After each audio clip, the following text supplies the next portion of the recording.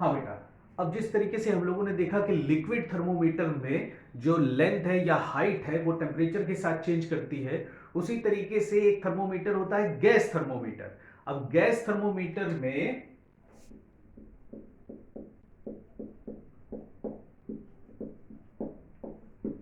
दो values change कर सकती है। एक तो उसका जो प्रेशर होता है वो चेंज करता है टेम्परेचर के साथ में, उसी तरीके से उसका जो वॉल्यूम होता है वो भी टेम्परेचर के साथ चेंज करता है। यानी दो तरीके के थर्मोमीटर होते हैं गैस थर्मोमीटर। एक तो होता है constant volume gas thermometer, constant volume gas thermometer. तो वॉल्यूम इसमें कांस्टेंट हो गया, वो तो चेंज नहीं करेगा।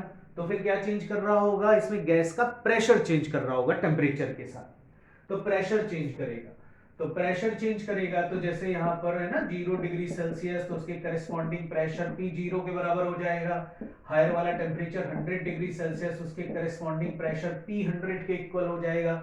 इसी तरीके से कोई T डिग्री सेल्सियस के लिए प्रेशर की वैल्यू PT के इक्वल हो जाएगी।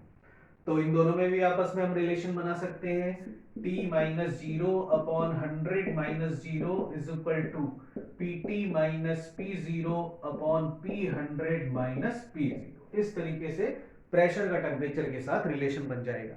तो हमें किसी गैस के प्रेशर्स दे रखे होंगे, ये उसके करस्पॉन्डिंग टेम्परेचर पूछ लिया जाए तो यहां से हम सॉल्व आउट करके निकाल सकते हैं। बिल्कुल इसी तरीके से जो दूसरा थर्मोमीटर होगा सेकेंड, वो कौन सा होगा, कांस्टेंट प्रेशर गैस थर्मोमीटर। तो जब प्रेशर कांस्टेंट हो जाएगा तो फिर वॉल्यूम चेंज कर रहा होगा टेम्परेचर के साथ में।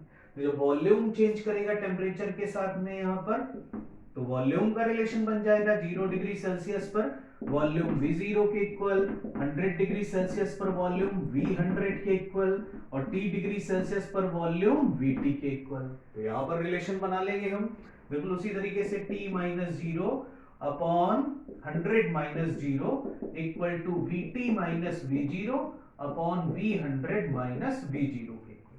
ठीक, ऐसे रिलेशन बन जाएगा। तो यहाँ पर वॉल्यूम आपको वेरिएबल दे रखे होंगे और उसके करस्पॉन्डिंग टेम्परेचर पूछा जाए तो यहाँ से सॉल्व आउट करके हम उसको कैलकुलेट कर सकते हैं। ठीक है, और बिल्कुल इसी तरीके का क्वेश्चन प्लेटिनम रेजिस्टेंस थर्मोमीटर के लिए भी बनता है। प्लेटिनम रेजिस्टेंस थर्मोमीटर, उसमें थर्मोमेट्रिक प्रॉपर्टी कौन सी हो गई, रेजिस्टेंस। रेजिस्टेंस जो होगा वो टेम्परेचर के साथ चेंज कर रहा होगा। तो जब टेम्परेचर के साथ रेजिस्टेंस चेंज करेगा तो रेजिस्टेंस थर्मोमीटर में बिल्कुल ऐसा ही रिलेशन बन के आएगा जैसा अभी अभी ये हम लोगों ने देखा। तो रेजिस्टेंस थर्मोमीटर, ठीक, तो इसमें रेजिस्टेंस जो है वो टेम्परेचर के साथ चेंज कर रहा होगा। 0 डिग्री सेल्सियस पर मान लेते हैं रेजिस्टेंस की वैल्यू हमको दे रखी होगी R0 के इक्वल, उसी तरीके से 100 डिग्री सेल्सियस पर ये वैल्यू दे रखी होगी R100 के इक्वल, उसी तरीके से T डिग्री सेल्सियस पर इसकी रीडिंग दे रखी होगी RT के इक्वल। तो बन जाएगा इसमें रिलेशन टेम्परेचर में और रेजिस्टेंस में T minus 0 upon 100 minus 0 equal to RT minus R0 upon R100 minus R0 के इक्वल। ठीक है, तो इसके भी क्वेश्चन बिल्कुल उसी तरीके से हम लोग कर सकते हैं जैसे हम लोगों ने लिक्विड थर्मोमीटर में कैलकुलेट किया था। ठीक है, अच्छा, अब इसमें स्केल जो है वो इस 0 और 100 का ले रखा है। इसमें बेटा स्केल चेंज होकर के भी आ सकता है, जैसे लोअर वाला टेम्परेचर 0 डिग्री सेल्सियस की जगह 5 डिग्री सेल्सियस हो जाए, हायर वाला टेम्परेचर 100 की जगह 90 डिग्री सेल्सियस हो सकता है। तो इसमें भी ये वैल्यू R5 दे रखी होगी, ये R90 दे रखी होगी, और फिर जनरल वाला टेम्परेचर कोई T डिग्री सेल्सियस होगा, उसके करस्पॉन्डिंग RT वैल्यू हो जाएगी। तो जैसे ये रिलेशन हम लोगों ने बनाया वैसे ही उस स्केल के लिए भी हम बना लेंगे।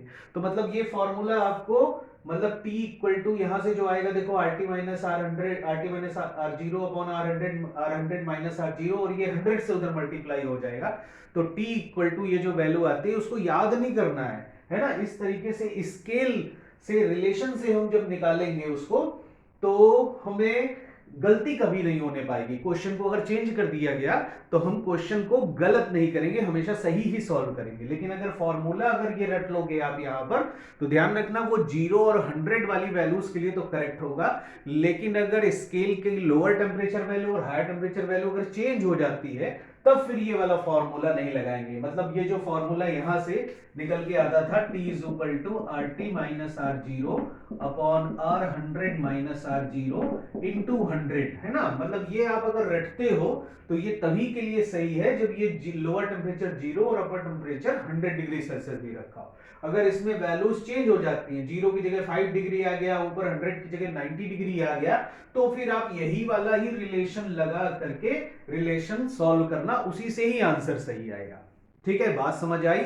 तो आज हम लोगों ने कंप्लीट कर लिया है अपना ये टेम्परेचर मेजरमेंट वाला पोर्शन। अब नेक्स्ट टर्न पे बेटा हम लोग स्टार्ट करेंगे थर्मल एक्सपेंशन का रिवीजन।